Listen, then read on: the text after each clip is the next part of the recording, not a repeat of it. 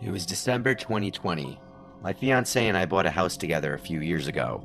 It's a cute house in a decent neighborhood, a nice area to raise a family. That's why what happened 2 years ago was all the more shocking and disgusting. We know all of our neighbors, both our next door neighbors and the three closest neighbors across the street. Everyone is friendly enough, but you truly never know the skeletons hidden in someone's closet. Our neighbor Paul to the right always seemed nice the few times we'd speak, but he never really spoke too much. See him outside almost every day, either coming or leaving for, I'm assuming, work, though I never knew what he did for a living. At this time, I hadn't seen the guy in a few days, and his car hadn't moved from his driveway. Obviously, that in of itself isn't any cause for alarm. All of the neighbors, including Paul, had their lights up already. I found it interesting how Paul, a single man in his 40s, would put lights up. I actually found it kind of nice. I was late to the party putting my Christmas lights and decorations up outside one night. While doing so, I noticed Paul's Christmas lights out of nowhere started flickering like crazy. All of them, not just one strip of lights. It looked like it could have just been faulty wiring or some electrical glitch. The next day, I left for work around 10 and noticed again Paul's car was still in the driveway. I also noticed all the blinds in his house were still closed. Even when I got back from work, the blinds were all closed, but his Christmas lights were on, so he was definitely home. I joked with my fiancé that he must have been on some kind of hibernation.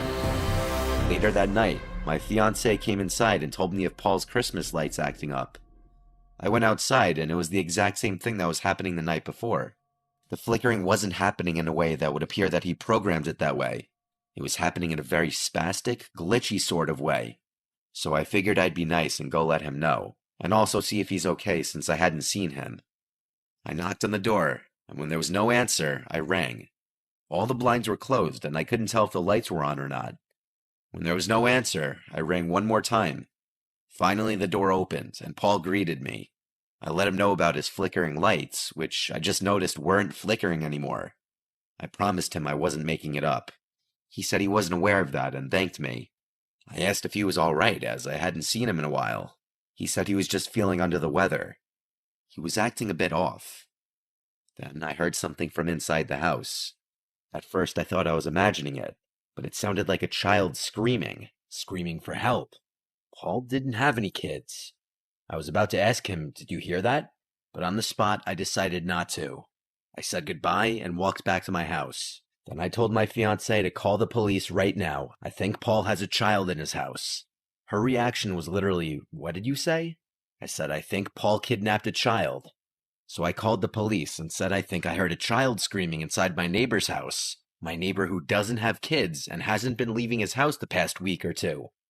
I asked to keep who made the call anonymous, though I knew Paul wouldn't be so stupid as to not know it was me who made the call. Sure enough, the police arrived and entered his house on exigency, and when I heard what they found, I was appalled. There was a young boy locked in the basement. He had been locked down there for 4 days. The boy had been kidnapped from a completely different town.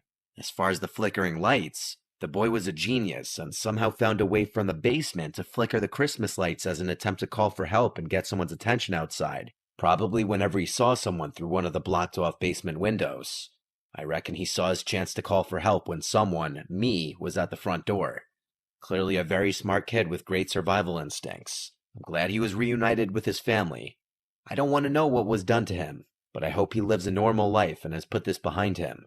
Knowing how serious of a crime child kidnapping is, Paul won't be getting out of prison anytime soon.